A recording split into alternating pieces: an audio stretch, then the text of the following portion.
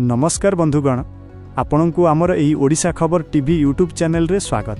बंधुगण, आपण माने तो जानिछंती गत किछि दिन हेबो वर्षा और अनुभवंक विवाद थमिबार ना नेउनाही। किछि दिन तळे दुहिंक वैवाहिक जीवन रे झड़ आसीथिला।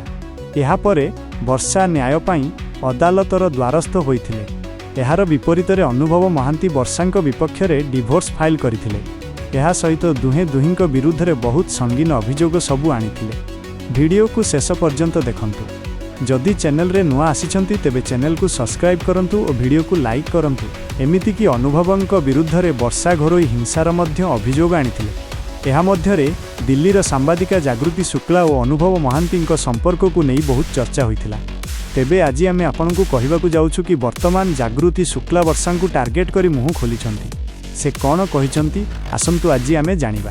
बंधुगण, आपण माने तो जानिथिबे वर्षा और अनुभवंक विवाद मध्यरे सांबादिका जागृति शुक्ला और अनुभवंक मध्यरे प्रेम संपर्क रहिछि बोली खूब चर्चार विषय पालटिछि। सोशल मीडिया रे जागृति शुक्लांक नारे अनेक प्रकारर अपप्रचार हेबाकु लागिछि। वर्षांक फैन माने वर्षांकु सपोर्ट करुथिबा बेले जागृतिंक नाम रे विभिन्न प्रकारर कथा सोशल मीडिया रे भाइराल हेउछि। वर्तमान जागृति मध्य एहार उचित जवाब देइछंती ओ से कहिछंती कि वर्षा प्रियदर्शिनींक फैन माने सोशल मीडिया रे मोर चरित्र उपरे अपप्रचार करुछंती। वर्षा और अनुभवंक विवाद रे बिना कारण रे मो नाम को सामना को अणा जाउछि।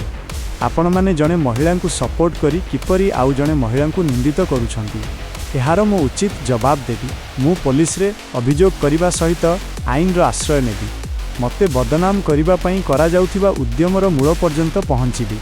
मोर मर्यादा रे केही आंच आणु एहाकु मु कदापि बरदास्त करिबि नाही। आपण माने समस्ते जानी रखिबा दरकार जे आईन आखिरे समस्ते समान से सेलिब्रिटी वर्षा प्रियदर्शिनी हुअंतु कि साधारण जनता। अनुभवंक सहित मोर केवल प्रोफेशनल संपर्क रहिछि। आमे बहुत भल सांग अटु।